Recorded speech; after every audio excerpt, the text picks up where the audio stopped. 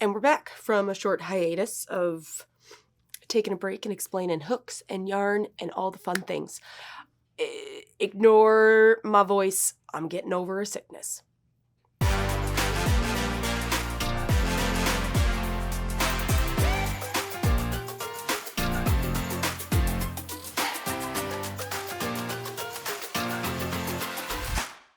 So for starters, I am getting over a cold, so if I sound a little funky, just ignore it. But yes, today I'm going to teach you what is a special stitch, and that special stitch is going to be the Trinity Stitch. It is actually one of my favorite stitches. I use it for a lot of things. I know how to go backwards. This dress behind me, something I've used it in a couple of previous things that I've actually worn. It is a very beautiful stitch.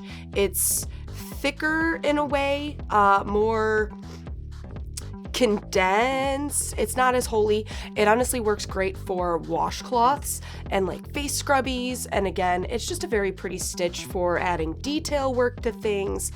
And yeah, it's great. And it is actually easy in my opinion.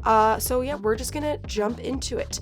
Now, to get things rolling, I know you're probably not prepared, but there's a little bit of a math lesson when it comes to the Trinity Stitch, because you do need to work in multiples of 2. So you want to make sure your starting foundation, however long you make it, it is a multiple of 2 stitches. So 2, 4, 6, 8, any number divisible by 2. And then you are going to add 1 extra stitch at the end. I will explain it more as we get through it. The other important thing is the Trinity Stitch is a 2-row repeat stitch, which basically means you are going to repeat 2 rows to create your piece or whatever it is that you are making. So to complete the stitch, it takes 2 rows to do so. So we're gonna get started. I am going, as per usual, start with a single crochet foundation. If you don't know how to do this, go back to the previous video and then come back here. So I'm going to multiple of 2 stitches. So I am going to give myself a starting foundation row of 14. So I have my multiple of 2. I gave myself 14 stitches. Now I'm going to add 1 more to give myself 15. And by adding this 1 extra stitch, because I'm working with the single crochet foundation, it will help keep everything even. I don't have to flip-flop and whatnot. So if you are using the foundation row as I am, you want a multiple of 2 to get your length, and then add 1 extra single crochet foundation at the end. If you are using a chain foundation, again, you can find how to do that in previous videos as well. If you are using a chain foundation, you will not need to add the extra chain at the end. But to begin our Trinity Stitch, now that I have my foundation of 15, I'm going to chain 1 and I'm going to turn my work. After you chain and turn, you are going to just place a regular single crochet into your very first stitch. And now I am going to place a stitch marker into that first stitch. And now we get into the nitty-gritty of the Trinity Stitch, because it is a multitude of steps, kind of. It sounds confusing, but it's not as awful, I swear. So to begin, you are going to insert your hook into the exact same stitch that you just made your single crochet into. So you're going to insert your hook and you're going to pull up 1 loop. And then from there, you're actually going to insert your hook into the next stitch of your row and pull up another loop. So you now have 3 loops on your hook, and then do the same thing once more. Insert your hook into the next stitch and pull up a new loop. So you have 4 loops on your hook. You're going to yarn over and you're gonna pull that through all 4 loops that you had on your hook. And you see you get this nice little bundle here. And then I want you to chain 1. Keep that chain loose because on the return row, you actually will be working into that little gap that you created by doing your chain 1. So that is your very first Trinity stitch.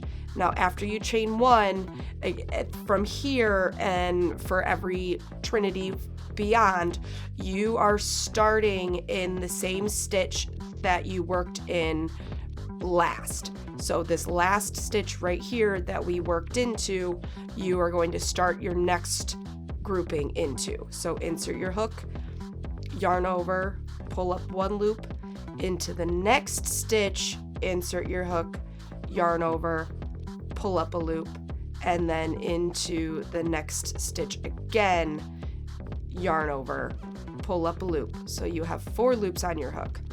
Yarn over, pull through all 4, and then chain 1 loosely. So repeat that all the way across until you have the last 2 stitches open on your row, and I will meet you there. All right, so now I have the 2 unworked stitches remaining. So I'm going to do 1 more Trinity. Again, that's insert into the same stitch that you just finished off in, pull up a loop, insert into the next stitch, pull up a loop, and then insert into your very last stitch and pull up a loop. The difference here is you're going to pull through all 4 of those loops, and you are do not chain 1 at the end of your row. So once you pull through all 4 of those loops, you are just going to place a normal single crochet into that very same final stitch to finish your row. And I'm going to add a stitch marker into my last stitch, and there we have our first completed Trinity stitch row. So now to do the second half of the repeat, you are going to chain 1 to turn your work, and then this row is super easy. You are just going to single crochet back across the row that you just finished. So into that first stitch, you're going to place a single crochet. Into the Trinity stitch, you're going to place a single crochet. And now this is where it might be a little difficult, and this is also why I said make sure that your chains are somewhat loose, because right here is that chain that I made. So you are going to insert your hook into that hole or that gap, and there will be that little braided V look at the top, and place a single crochet into that chain. And that's all that's all there is. So go ahead, finish single crocheting across the row, and you should have the exact same amount of stitches that you started with. So I started with the Single Crochet Foundation row, say that 5 times fast, and of 15 stitches. So by the time I make it to the end of this row, I should still have the same 15 stitches. If you don't, go back and make sure that you didn't skip a chain.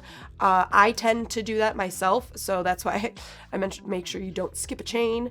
And then make sure that you are catching that first and last stitch properly. And again, that is why I mention using a stitch marker in your first and last stitches, because it does make it much easier to make sure that you are getting the correct number of stitches. Now I have finished my single crochet row, and you can see even just doing the very first repeat, this is a very beautiful stitch. It is very pretty. I love it, honestly. I love it. It's a very pretty stitch.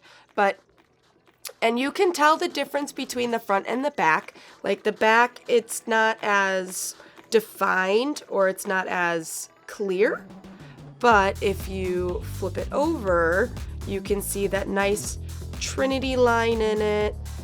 Kind of like a star is what you get out of that. It's very pretty. I love this stitch. It's great. Now to continue on from here, all you have to do is repeat those same 2 rows over and over and over again until you reach your desired length. So you would chain 1 and turn, and then you would work the Trinity row, and then you would chain and turn again, and then you would do the single crochet row, and that is where you get the 2-row repeat. This stitch works great for, like I said, a lot of different things. I use it for detail work. I actually made this little cup koozie with it using a different variation of the stitch, and yes, I will show it to you. Headbands, I should put it on, but I'm not really like a headband person. But yeah, the Trinity Stitch is great. It's a nice way to make something pretty without being crazy, especially for beginners. So go ahead and practice that.